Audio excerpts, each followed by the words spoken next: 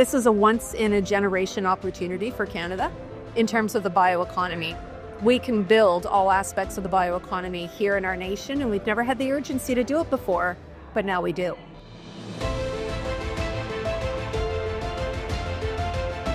I'm Meaghan Seagrave. I'm the Executive Director for Bioindustrial Innovation Canada. We are an accelerator that works primarily in the bioeconomy and green chemistry space.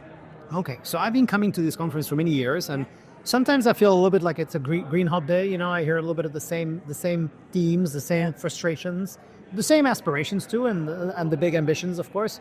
What would you say is maybe different this year than previous years? You've been participating many years too. Yeah, many years too. I've been doing this with Jeff for the last decade. So I think the difference this year is we've been kicked in the pants by the Trump administration in the South.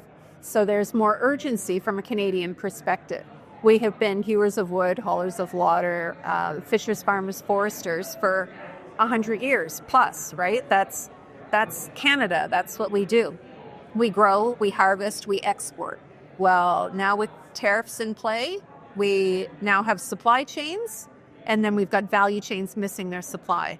So if we need to mitigate and displace those imports, let's start using our own supply into those value chains. So I think that's been the message that is hopefully being received, is this is a once-in-a-generation opportunity for Canada in terms of the bioeconomy.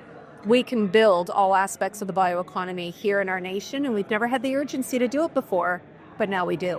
So what's the one thing that this industry needs to do? Leadership.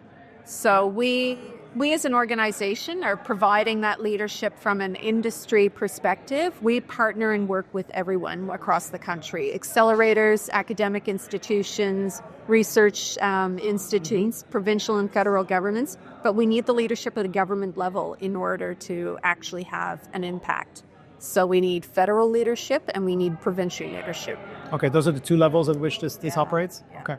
And where would you say Canada is most competitive, or said differently, what are the lanes or the opportunities that, obviously we can't do everything at the same time, that you would pick right now at this point in time?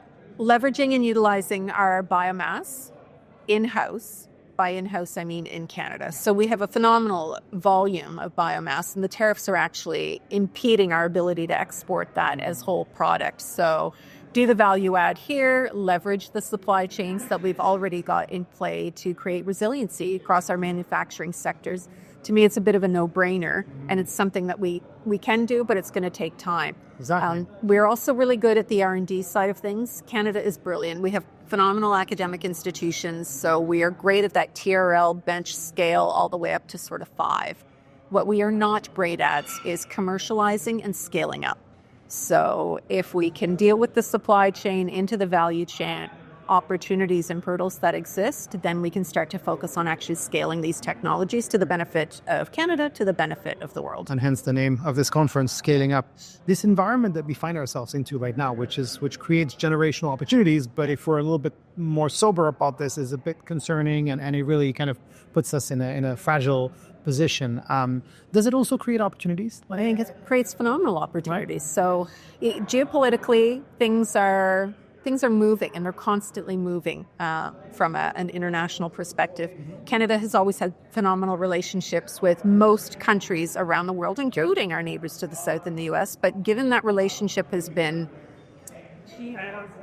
hurdled at the moment, it has opened up doors to European nations who are now looking at Canada not just from a source perspective and a trade perspective, but also as a market, and saying, you have what we need, so how can you help us? Or your nation has the resources that we need. Can we take our already de-risked to commercialized technologies and scale them up in Canada?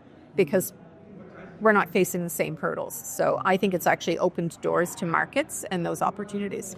I have to ask you about Jeff Passmore, 10th year of Scaling Up. I didn't realize you've been with him for 10 years. So you've actually seen the progress, exactly, sometimes perhaps the lack of progress, but certainly this conference in and of itself, what does it mean to you?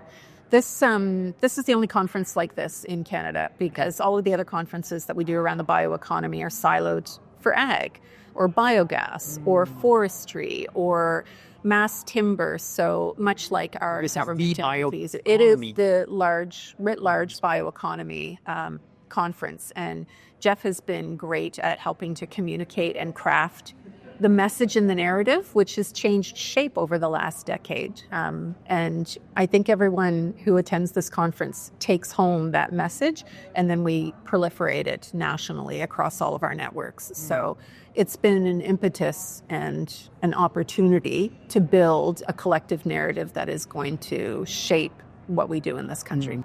Where do you see this conference potentially, growing into, basically, over the next decade? Over the next decade, love this conference, love the fact that it's in Ottawa, and most of the folks who attend actually leverage the opportunity to meet with a lot of their colleagues from a civil service perspective who don't often have the opportunity to travel. So that's great. Yeah. But I think over the next decade, it would be great to move this conference around the country and actually start to attach technology tours, because it gives that real hands-on experience. Yeah. We talked a lot about the theory behind why things are working and why they're not working. Well, can we walk into a plant or walk into a scale-up facility and actually see it in person? It's tangible and it's there, and what's working and what's not working. So adding that kind of hands-on aspect, I think will just drive home a lot of the messaging. But this conference is brilliant. I expect it will continue for another decade.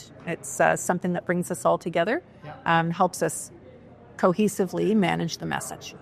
Wonderful. Thank you very much, Meaghan. Thanks. Pleasure to speak with you.